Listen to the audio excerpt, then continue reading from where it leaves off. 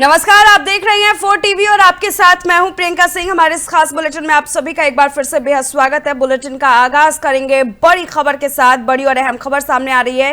नारायणपुर में नक्सली मुठभेड़ में 30 नक्सली ढेर हुए हैं। बड़ी जानकारी हम आपके साथ साझा कर रहे हैं। आपको बताते हुए चले कि एक जवान इसमें शहीद हुआ है। संघर्ष अभी भी जारी है। 1 करोड़ का इनामी नक्सली वसवा राजू भी ढेर किया गया है। AK-47 समेत कई आधुनिक हथियार बरामद किए गए हैं। बड़ी जानकारी हम आपके साथ साझा कर रहे हैं। छत्तीसगढ़ में नक्सलियों के खिलाफ बड़ी सफलता सेना के हाथ लगी है। बताते चले आपको, छत्तीसगढ़ के नारायणपुर जिले में सुरक्षा बलों और नक्सलियों के बीच भीषण मुठभेड़ हुई, जिसमें 30 नक्सली ढेर हो गए। इस मुठभेड़ में एक जवान शहीद भी हुआ है। विशेष रूप से 1 करोड़ रुपए के इनामी नक्सली वसवा राजू को भी इस अभियान में ढेर कर दिया गया है। साथ ही AK-47 सहित कई आधुनिक हथियार भी बरामद किए गए हैं। ये मुठभेड़ राज्य में नक्सलियों के खिलाफ जारी अभियान में एक बड़ी कामयाबी मानी जा रही है।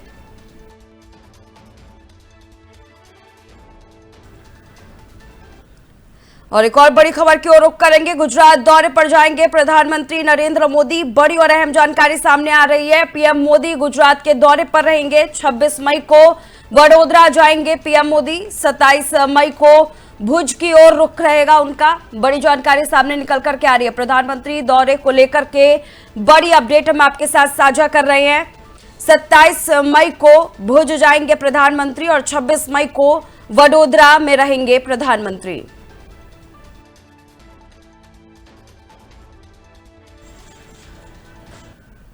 तो वही पाकिस्तान के बलूचिस्तान प्रांत में आज एक दिल दहला देने वाली वारदात सामने आई है। खुजदार जिले में एक स्कूल बस पर आत्मघाती कार बम से हमला कर दिया गया, जिसमें कम से कम 4 मासूम बच्चों की जान चली गई और 38 अन्य बच्चे घायल हो गए। ये बस एक सैन्य स्कूल के छात्रों को लेकर जा रही थी। स्थानीय अधिकारियों को शक है कि इस हमले के पीछे बलूचिस्तान लिबरेशन आर्मी यानी कि BLA का हाथ हो सकता है, जो कि अमेरिका द्वारा घोषित एक आतंकी संगठन है।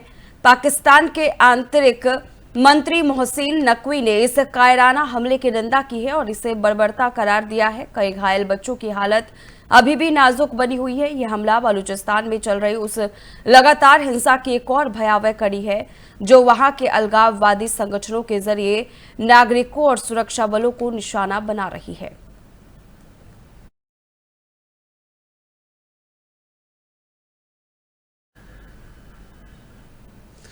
और वहीं जम्मू कश्मीर के पुंछ में LG मनोज सिन्हा ने एक बड़ा बयान दिया है, जो आतंक के खिलाफ भारत की सख्त नीति को फिर से सामने लाता है। उन्होंने दावा किया कि भारतीय सशस्त्र बलों ने पाकिस्तान के अंदर 9 आतंकी ठिकानों को नेस्तानाबूद कर दिया है। ये कार्रवाई महज 3 दिनों के भीतर की गई और इसके बाद दुश्मन पूरी तरह घुटनों पर आ गया। मनोज सिन्हा ने साफ शब्दों में कहा कि भारत अब वो देश नहीं रहा जो चुप बैठता था। अब भारत जवाब देता है और ऐसा जवाब देता है जिसे पूरी दुनिया देखती है। उन्होंने ये भी कहा कि जब भारत दुनिया की 5वीं सबसे बड़ी अर्थव्यवस्था बन चुका है और जल्द ही 4थे स्थान पर होगा, तब पाकिस्तान अभी भी कर्ज लेकर आतंकवाद पाल रहा है। LG सिन्हा का यह बयान ऐसे वक्त में आया जब पाकिस्तान की नीयत और नीतियों पर पहले से ही कई सवाल उठ रहे हैं, लेकिन भारत की नीति अब बिल्कुल साफ है। सीधी बात, करारा जवाब।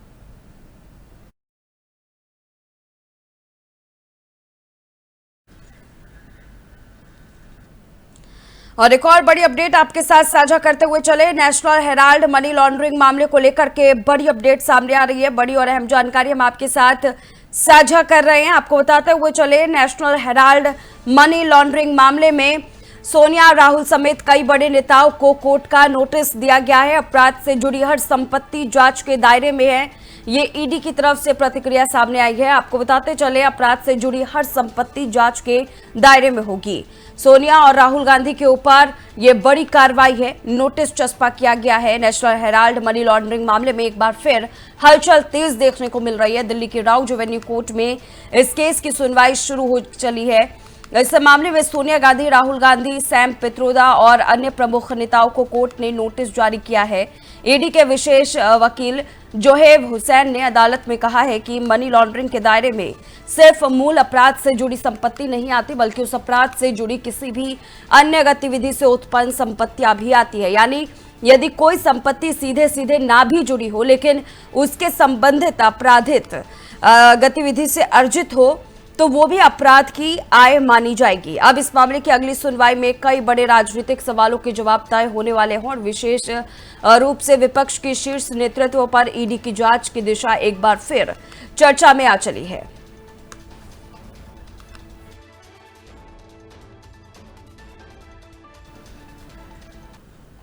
चलिए रुक करेंगे अब शिमला की ओर, जहां पर हिमाचल प्रदेश के मुख्यमंत्री सुखविंदर सिंह सुक्खू ने आज पूर्व प्रधानमंत्री राजीव गांधी की 34वीं पुण्यतिथि पर उन्हें याद करते हुए कहा कि राजीव गांधी ने देश की एकता और अखंडता के लिए अपने प्राणों की आहुति दी। सुक्खू ने कहा कि जब जब देश पर संकट आया, राजीव गांधी ने कभी भी पीछे हटना नहीं चुना। मुख्यमंत्री ने कहा कि आज हम जिस डिजिटल युग में सांस ले रहे हैं, उसकी नींव दशकों पहले राजीव गांधी की सोच से रखी गई थी। सूचना क्रांति, कंप्यूटर, टेलीकम्युनिकेशन, ये सब उस विजन का हिस्सा थे जो उन्होंने 40 साल पहले देखा था।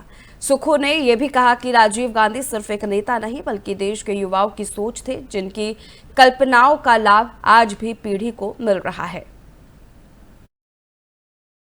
देश पर जब भी कोई संकट आया, राजीव गांधी जी ने उस कुर्बानी देने से कभी पीछे नहीं हटे। आज 21वीं शताब्दी का जो भारत है, जो सूचना क्रांति का भारत है, जो डिजिटल क्रांति का भारत है, ये उस समय राजीव गांधी जी ने तकरीबन 40 वर्ष पहले ये सोचा था कि इस देश में अगर कंप्यूटर हमें अमेरिका ने देने से मना कर दिया, तो जो हमारे हिंदुस्तान की जनता है, उन बुद्धिमान व्यक्तियों के साथ मिलकर एक ऐसी सोच और ऐसी क्रांति को जन्म दिया जिसका।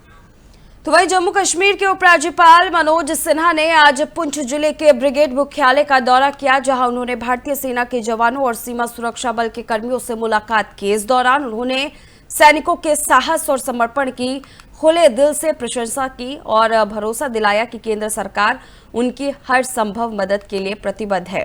उपराज्यपाल का ये दौरा सुरक्षा बलों के मनोबल को बढ़ाने और क्षेत्र में शांति बनाए रखने की दिशा में एक अहम कदम माना जा रहा है।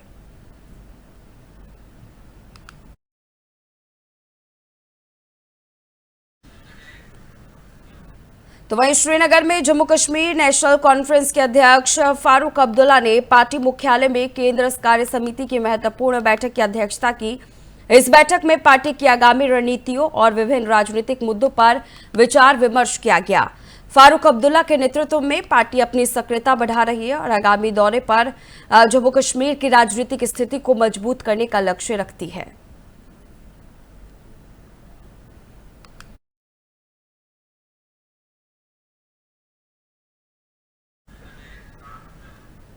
तो दिल्ली की सियासी प्रतिक्रिया की ओर चलिए रुख कर लेते हैं। कांग्रेस सांसद राहुल गांधी और पार्टी अध्यक्ष मल्लिकार्जुन खड़गे के बयान पर बीजेपी ने सीधा और तीखा हमला बोला है। बीजेपी प्रवक्ता सुधांशु त्रिवेदी ने कहा कि ऑपरेशन सिंदूर जैसे सैन्य अभियान को छुटपुट घटना कहना न सिर्फ भारतीय सेना के शौर्य और पराक्रम का अपमान है, बल्कि 140 करोड़ देशवासियों की भावना को ठेस पहुंचाने वाला बयान है। त्रिवेदी ने आरोप लगाया कि ये कोई अचानक निकले बयान नहीं, बल्कि एक सुविचारित भारत विरोधी सोच से निकली श्रृंखला है। उन्होंने कहा कि पहले राहुल गांधी ने भारत के विमानों और सेना पर सवाल उठाए, अब खड़गे का बयान उसी सोच का हिस्सा लगता है। इसके साथ ही उन्होंने आगे कहा कि केवल इंडिया नाम रख लेने से दल या गठबंधन भारतीय नहीं हो जाता। बीजेपी ने कांग्रेस और इंडिया गठबंधन के इस बयान पर स्पष्टीकरण की मांग की है और इसे राष्ट्र विरोधी मानसिकता का हिस्सा बताया। भारत की सेना के अप्रतिम शौर्य और पराक्रम के प्रतीक ऑपरेशन सिंदूर को छुटपुट घटना कहना न सिर्फ निंदनीय है, बल्कि भारत की सेना के शौर्य और पराक्रम और 140 करोड़ भारतवासियों की भावनाओं का अपमान। इससे पूर्व राहुल गांधी जी अनेक प्रकार के अवांछित और अनर्गल बातें करते हुए भारतीय विमानों और इनके बारे में न जाने किस प्रकार की बातें कर रहे हैं, जो वो फितरतन पहले भी करते आ रहे हैं। पहले राहुल गांधी और अब खड़गे जी के बयान के बाद एक बात बहुत साफ हो गई है कि पिछले कुछ दिनों में इंडी गठबंधन के नेताओं के जो बयान आ रहे हैं, ये कोई अनायास मुंह से निकले बयान नहीं है। ये एक सुविचारित, भारत विरोधी और पाकिस्तान को ऑक्सीजन देने वाली विचारधारा से। तो महाराष्ट्र के कल्याणपुर से एक दर्दनाक खबर भी सामने आ रही है। मंगल राघव नगर इलाके में सोमवार दोपहर हुए एक हादसे ने पूरे इलाके को दहला दिया। करीब 35 साल पुरानी सप्त श्रृंगी नाम की 4 मंजिला इमारत के दूसरे माले का स्लैब अचानक ही भरभरा करके गिर गया और सीधा ग्राउंड फ्लोर तक आ पहुंचा। इस हादसे में 6 लोगों की मौके पर ही मौत हो गई, जबकि 6 अन्य लोग गंभीर रूप से घायल हैं। घटना के बाद इलाके में चीख पुकार मच गई। आसपास के लोगों ने तुरंत पुलिस और फायर ब्रिगेड को सूचना दी, जिसके बाद रेस्क्यू ऑपरेशन शुरू किया गया। करीब 4 घंटे की कड़ी मशक्कत के बाद मलबे से सभी घायलों को बाहर निकाला गया। बताया जा रहा है कि इमारत में हाल ही में रिपेयरिंग का काम शुरू हुआ था, लेकिन उससे पहले ही ये भीषण हादसा हो गया। ये घटना सिर्फ एक हादसा नहीं, बल्कि एक बड़ा सवाल है कि क्या जर्जर इमारतों को लेकर मनपा और प्रशासन तब तक सोता रहेगा जब तक कोई जान न चली जाए। जांच के आदेश दे दिए गए हैं, लेकिन सवाल अब भी वही है, जिम्मेदार कौन?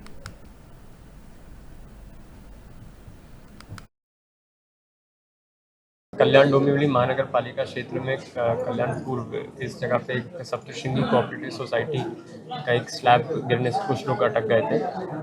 लगभग 3 घंटे से यहाँ पे बचाव कार्य की कार्रवाई प्रगति पे है।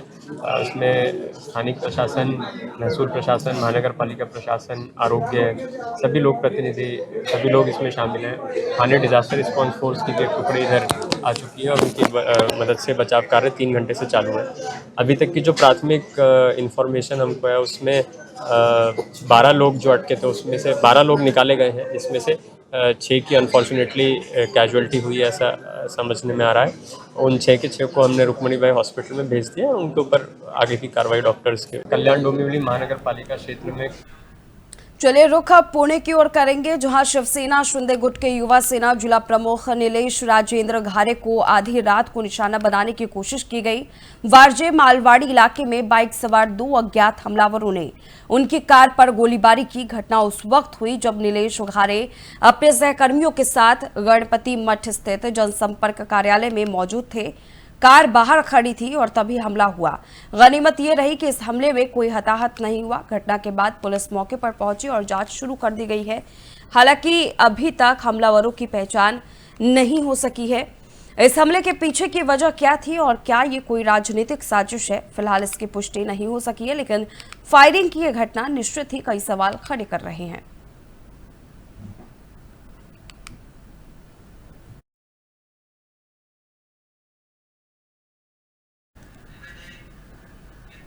तो वही महाराष्ट्र के कांदिवली पश्चिम चारकोप इलाके में एक हाउसिंग स्कैम का बड़ा खुलासा हुआ है। चारकोप आश्रम co operative society limited sector 3 में बिल्डर नितिन गावकर, विद्या गावकर और संध्या क्षितिज डेवलपर सहित कई लोगों के खिलाफ गंभीर आरोप लगे हैं। शिकायतकर्ता सूर्यकांत पांडुरंग मोरे ने जब पुलिस, डीसीपी और तमाम सरकारी महकमों में गुहार लगाई, लेकिन कहीं सुनवाई नहीं हुई, तो उन्होंने अदालत का रुख किया। कोर्ट में जब मामले की गंभीरता सामने आई तो जिला मजिस्ट्रेट के आदेश पर तत्काल एफआईआर दर्ज की गई है।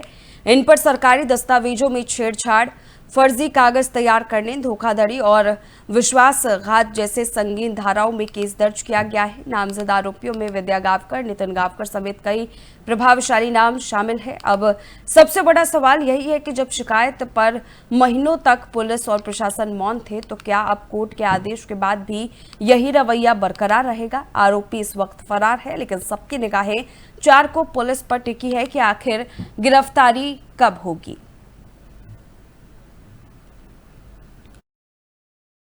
मेरे मुवक्किल जो है स्वाति मोरे और सूर्यकांत मोरे, इन्होंने एक दुकान यहाँ खरीदा हुआ है इसी बिल्डिंग में। तो ये जो दुकान खरीदा है, तो उसका जब ये सोसाइटी का पुनर्विकास हुआ, सेल्फ रीडेवलपमेंट के लिए जब ये सोसाइटी गई, तब इनके साथ एक एग्रीमेंट हुआ था और इस एग्रीमेंट के तहत ये ऐसा दोनों पार्टी में डिसाइड हुआ, दोनों पार्टी यानी मेरे मुवक्किल, मेरे अशील और ये सोसाइटी, तो इन्होंने ऐसा डिसाइड कर लिया था कि इनको ज़्यादा FSI जो है मिलेगा, ज़्यादा जगह मिलेगी 112 स्क्वायर फीट की, और वो 112 स्क्वायर फीट की जगह प्लान में बाद में नहीं वो दे पाए, उसमें से 79 जो है 69 फुट बाकी रहेगी। माननीय न्यायालय ने जो आदेश दिए हैं उस आदेश के तहत तुरंत सभी आरोपी के ऊपर कार्रवाई हो, सबको अरेस्ट किया जाए। जो न्यायालय के आदेश है उस आदेश का पालन किया जाए। मैं विनती करता हूँ हमारे पुलिस स्टेशन को कि आप जल्द से जल्द इनके ऊपर कार्रवाई करें, मैं ऐसी आशा रखता हूँ। और इसके साथ में सेम इसी डेवलपर ने नितिन गावकर, विद्या गावकर, उनकी कंपनी है संध्या सिटीज, उस कंपनी ने बाजू की सोसाइटी जो ली है आर्यन प्रभु, उनके साथ में बड़ा फ्रॉड किया है। सब सीनियर सिटीजन है, आप चाहिए तो उनकी तरफ कैमरा मार सकते हो। सभी को परेशान किया है और सभी को गाली दे के ऐसी गंदी गाली तो वही मुंबई लोकल ट्रेन में एक बार फिर शर्मसार कर देने वाली घटना सामने आई है। CSMT से अंबरनाथ जा रही लोकल ट्रेन में एक महिला दिव्यांग यात्री के साथ मारपीट की गई। ये पूरी घटना दिव्यांग यात्रियों के लिए आरक्षित डिब्बे में हुई, यानी उस डिब्बे में जहां सुरक्षा और सम्मान सबसे पहले होना चाहिए था। सोमवार शाम की जब ये लोकल टिटवाला की ओर जा रही थी, तभी सीट को लेकर शुरू हुई बहस ने हिंसक रूप ले लिया। वीडियो में साफ दिख रहा है कि एक पुरुष यात्री महिला को बेरहमी से पीट रहा है, जबकि बाकी यात्री उसे रोकने की कोशिश कर रहे हैं। वीडियो सोशल मीडिया पर वायरल हो चुका है और लोगों में गुस्सा है। क्या कोई सामान्य विवाद इतना बड़ा हो सकता है कि एक महिला को दिव्यांग डिब्बे में इस तरह से पीटा जाए? रेलवे पुलिस ने शिकायत के आधार पर आरोपी को गिरफ्तार कर लिया है। यह घटना कंजूर मार्ग स्टेशन के पास हुई और मामले की जांच अब कुर्ला रेलवे पुलिस कर रही है। अब सवाल यही उठता है कि जब महिला डिब्बे में ही महिला सुरक्षित नहीं है, तो आखिर जिम्मेदारी किसकी है? क्या अब हर डिब्बे में पुलिस तैनात करनी पड़ेगी?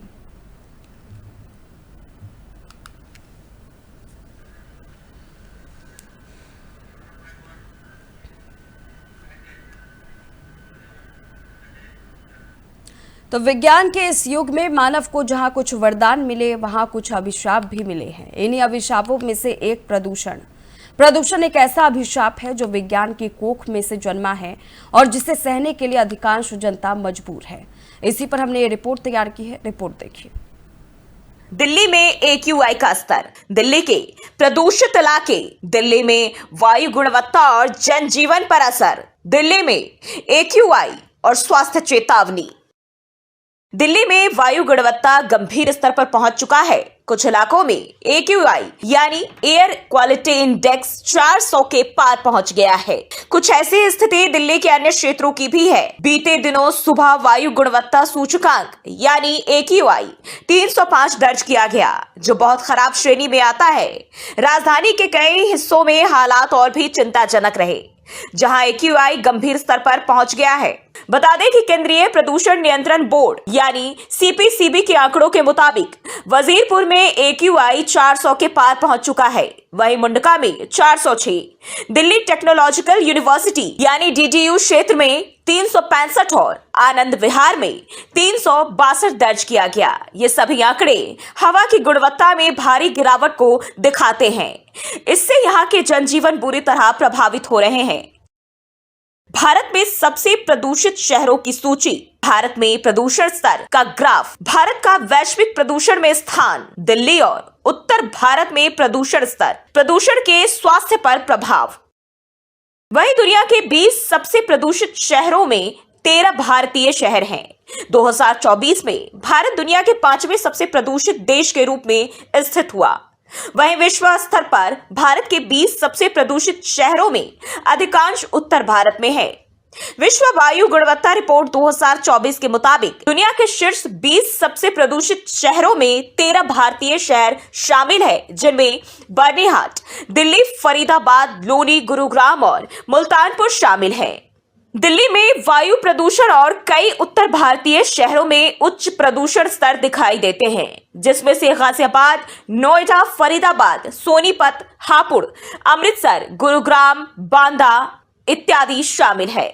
यहाँ की हवा में PM 2.5 और PM 10 अधिक मात्रा में शामिल है। अब अगर प्रदूषण का अर्थ को समझने की कोशिश करें तो आपको बताते चले, प्रदूषण का मतलब है हमारे चारों ओर फैली जो हवा है उसमें असंतुलन का पैदा होना, ना शुद्ध वायु मिलना, ना शुद्ध जल मिलना, ना शुद्ध खाद्य मिलना और ना ही शांत वातावरण।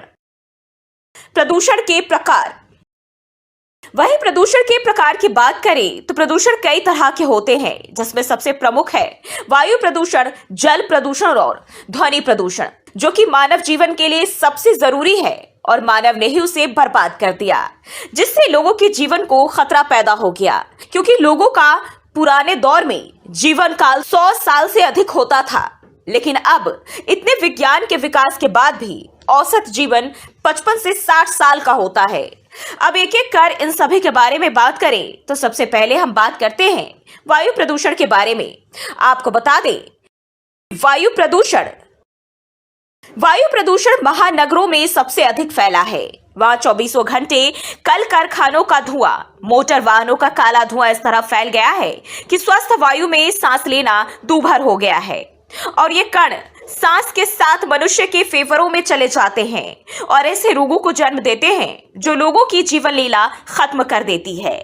यह समस्या वहां अधिक होती है जहां सघन आबादी है, वृक्षों का अभाव होता है और वातावरण गंदा होता है। वहीं अगर जल प्रदूषण की बात करें तो आपको बता दें कि जल प्रदूषण, कल कारखानों का दूषित जल अब नदी नालों में मिलता है, जिससे भयंकर जल प्रदूषण पैदा होता है। बाढ़ के समय तो कारखानों का दुर्गंधित जल सब नदी नालों में घुल मिल जाता है, जिससे कई सारी बीमारियां भी पैदा होती है। ध्वनि प्रदूषण। वहीं ध्वनि प्रदूषण की बात करें तो आपको बता दें कि मनुष्य को रहने के लिए शांत वातावरण होना चाहिए, लेकिन आजकल कल कारखानों का शोर, यातायात का शोर, मोटर गाड़ियों की चिल्लाहट, लाउड स्पीकर्स की आवाज ने बहरेपन और तनाव को जन्म दे दिया है और इससे लोग काफी परेशान रहने लगे हैं। प्रदूषण के दुष्परिणाम।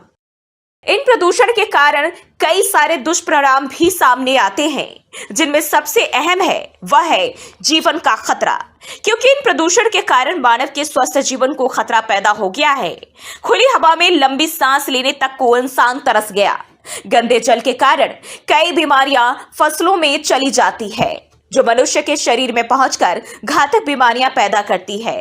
क्योंकि आप सबको पता होगा कि जब भोपाल गैस कारखानों से गैस का रिसाव हुआ था तो इसी गैस के कारण हजारों लोग मर गए थे, कितने ही अपंग भी हुए थे। पर्यावरण प्रदूषण के कारण न समय पर बारिश होती है, न सर्दी गर्मी का चक्र ठीक से चलता है। सूखा, बाढ़, ओला प्राकृतिक प्रकोप के कारण भी प्रदूषण ही है। प्रदूषण तो जीवन के लिए खतरा है ही, लेकिन जो इसके कारक है आपको उसे भी जानना चाहिए। आपको बता दें, प्रदूषण के कारण। प्रदूषण को बढ़ाने में कल कारखाने, वैज्ञानिक साधनों का अधिक उपयोग, फ्रिज, कूलर, ऊर्जा उत्पादन करने वाली मशीनें आदि दोषी हैं।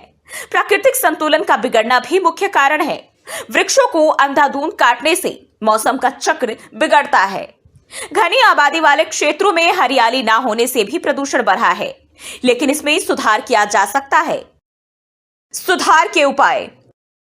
अलग अलग प्रकार के प्रदूषण से बचने के लिए अधिक से अधिक पेड़ लगाना चाहिए। हरियाली की मात्रा अधिक हो, सड़कों के किनारे घने वृक्ष हो, आबादी वाले क्षेत्र खुले हो, हवादार हो।